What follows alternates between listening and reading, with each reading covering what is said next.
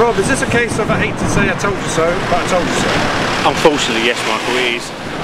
Way back when this place started operating back in the summer, I flagged up to officers that there would seem to be a change of use. The guy started opening up his tyre fitting company, tyres everywhere. It wasn't the most appropriate place to have that kind of business. Very concerned that if the tyres go up, it's going to cause all sorts of damage and possibly damage to other properties. Unfortunately, last Sunday we saw that exact thing happen when the whole place went up in smoke.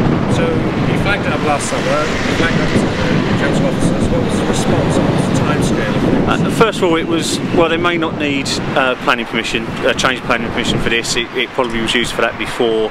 I said we'll go off and investigate. We need to know. Back in the December, the wall was falling down after they put the new front gate on there. So I flagged that up, and there was tyres everywhere on the street, which couldn't be right. They said again we'll look into it. Early January was when one of the planning officers attended. The community protection team said that the tyres outside may be okay as long as they're kept neat and tidy. But inside there was just literally mountains and mountains of tyres. They were sort of 3-4 metres high.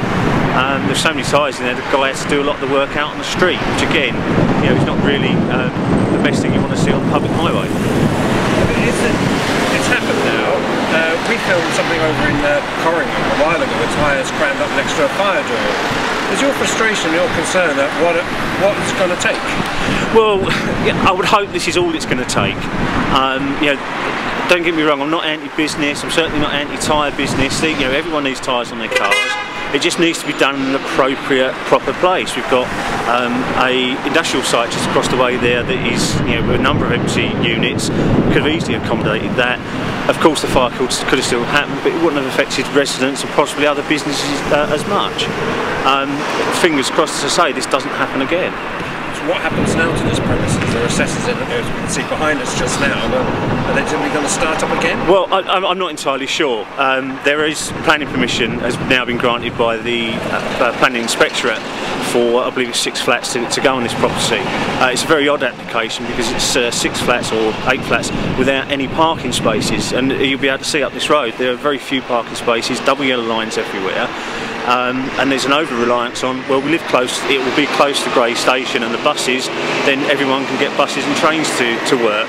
Not everybody works in London, not everyone works in Basildon or Southend, not everybody works 9 to 5 when you can get a bus to and from work.